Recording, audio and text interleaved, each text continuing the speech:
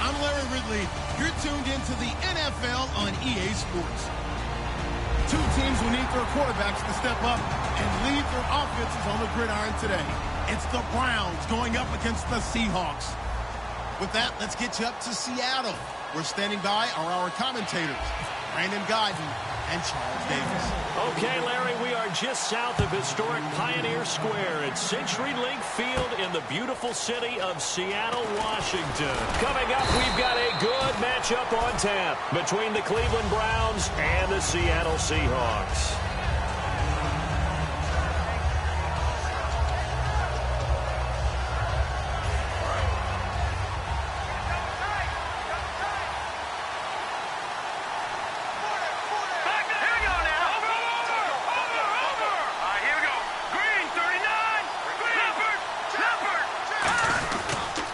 Now a first carry for Isaiah Crowell.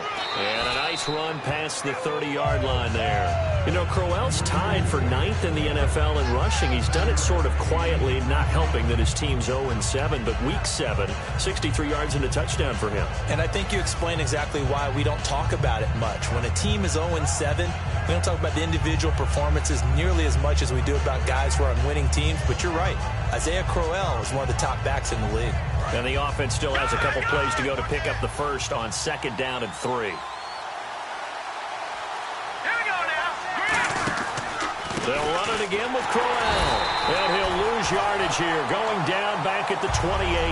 It's a loss of 4. Now 3rd down. And the offense there, the O-line, everybody really on offense, they were just manhandled at the point of attack. Yeah, you could pretty much call them all out, couldn't you? Almost by name, right? That was a very tough sequence for the offensive line. But how about that defensive front creating a new line of scrimmage and creating a lost yardage possibility? Andrew Hawkins, the intended receiver, and it's 4th down. We know it's not an easy job to go out and catch passes when people are trying to tackle you and knock the ball away. But the bottom line is, that's a pass he's got to have and a pass he should have caught. So on 4th down, Britton Colquitt on to punt. Back deep for the Seahawks, the All-Pro returner from 2015, Tyler Lockett.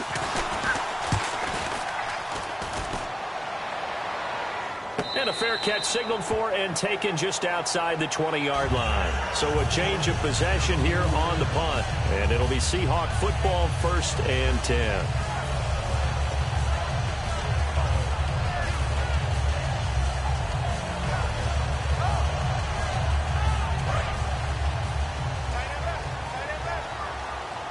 In the slot on the right is Graham. They'll throw on 1st down with Wilson. He hits Baldwin right side. And they'll take him down at the 31-yard line. It'll be a pickup of 10 yards. And that'll bring up a 2nd and just about a few inches here.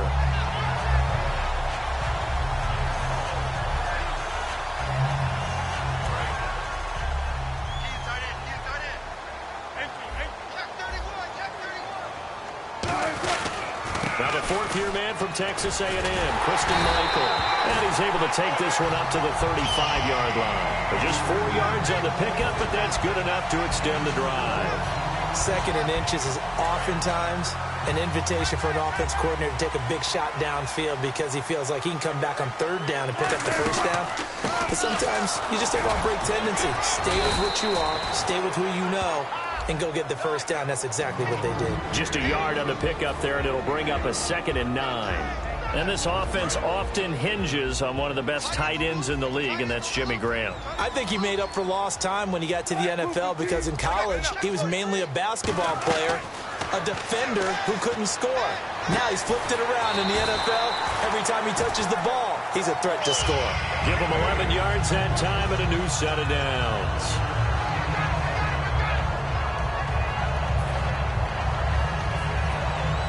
The offense lining up 1st and 10.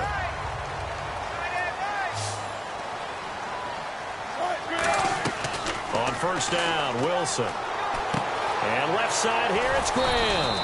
And he's going to be stopped up right at the line of scrimmage. They'll give him a yard on the play, and that'll bring up 2nd down.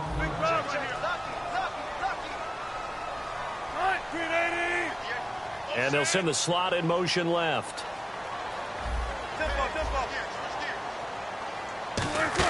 They go play fake to Michael. Now Wilson. And the hit jarred it loose. It's incomplete. Tyler Lockett was the target there, and it's third down.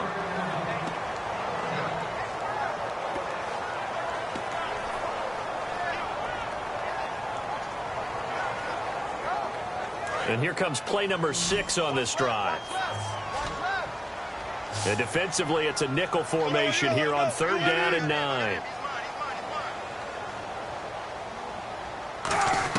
On third down, Wilson. And he fires one, but incomplete.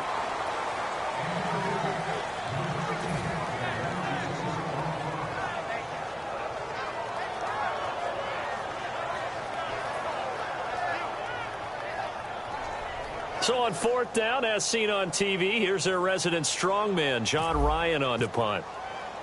And how about this, a fake? And he comes back with one complete. We get set to get another look at the Browns on offense, and the city of Cleveland so passionate about their sports teams. They've seen highs and lows. The Indians in the World Series for the first time since 1945. Of course, the Cavs just getting their rings from their NBA title. The Browns searching for answers. And I think the Cleveland fans, I know Cleveland fans are enjoying the heck out of what they're seeing from their baseball team, obviously from their basketball team, but their passion is the Browns. They can't wait till they turn it back around one day and they can celebrate them. K.J. Wright coming hard on the blitz. He dumps him for a loss of 8.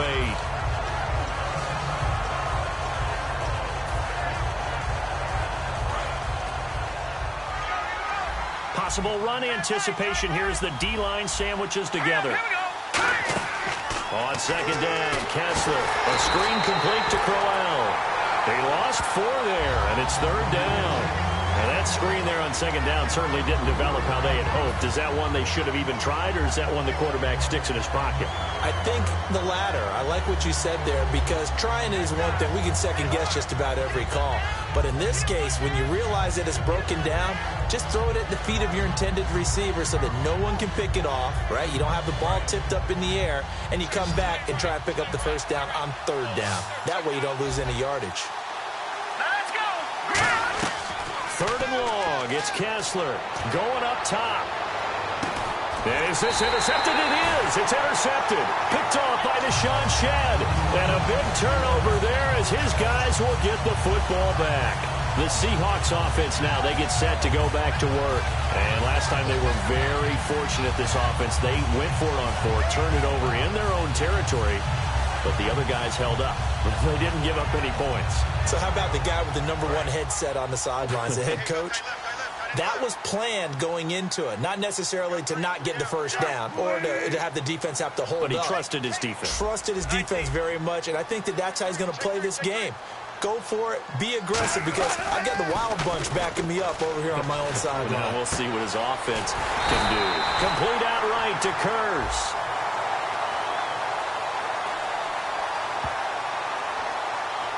Well, the stats that matter on this play don't help a team very much unless, of course, you're playing defense. If you're getting points per reception, you got a reception, but no yardage. Great job by the defense, though. They read through that one. They read through it, gave up no yardage, and people got credit for tackles. Pretty good deal.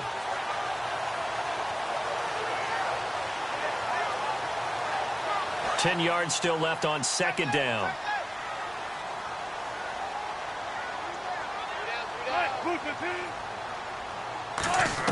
On second down, Wilson. They'll lock it with a grab over the middle. And they'll bring him down here right around the 17-yard line. Never make the mistake that the slot receivers, especially the little guys like we're watching here, are just quicker than fast. A lot of them combine quickness and speed, and they catch a lot of footballs, as we just saw there. Alongside my broadcast partner, Charles Davis, Brandon Gaudin hits the Seahawks with a football to begin quarter number 2. They're looking at a 3rd and 6 here to start things out.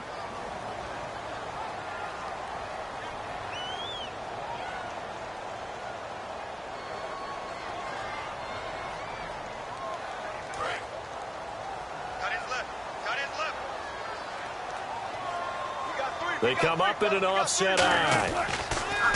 Now Wilson. And he's taken down. This will be a Brown sack. Xavier Cooper in there to drop him for a 6-yard loss, and that'll lead to a 4th down. So on 4th down, here's the Canadian-born punter John Ryan to kick it away for Seattle.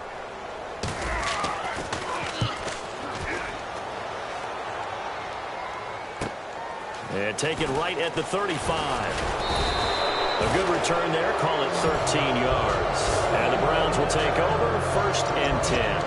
And now Cleveland geared up to take the field. And following the interception, just any interception, are you a little bit more cautious when you start that next drive, or no, you just throw that out the window? I think you are. I don't think that there's any way you can run back out there and go, totally didn't affect me. Let's just go ahead and be loose with the football again.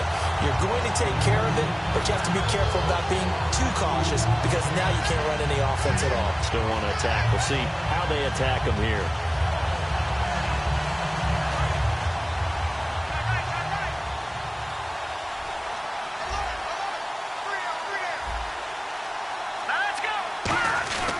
On 2nd down, here's Crowell. And he stopped immediately there. Call it no gain there, and now they're looking at a 3rd and 13. Well, that was better than the first go-around when he lost yardage, but still nothing there, and that sets up a 3rd and long. Tough spot here. Put it mildly. Sometimes I wonder if some of that old-school football should come back into play. You know what I would think here? Quick kick. Try and change field position, help out your team. A nickel look by Seattle on 3rd down. Yep, 5 defensive backs now. And now it's Kessler. Andrew Hawkins has it complete. And he'll be taken down, but not before getting this inside the 30. A big 3rd down conversion with a gain of 28. Quarterbacks love slant routes because the receivers are breaking right into their line of vision, and receivers love them as well because they're getting the ball on the move and able to catch it and try and get upfield and gain additional yardage. They come up in an offset eye. A 1st down carry now for Crowell. Down right around the 25. 2 yards on the carry there. It'll be 2nd down. That's a good play by the guys on the defensive side of the ball. Held them to a gain of 2. And that changes the playbook a little bit now for the guy calling plays. 2nd and 8. Now he's got to probably think about going to the air instead of maybe staying with the ground game. And his throw is going to be incomplete. The tight end, Gary Barnidge, the intended receiver. And that takes us from 2nd to 3rd down. I wouldn't be shocked at all right now if there's a look of surprise on the big.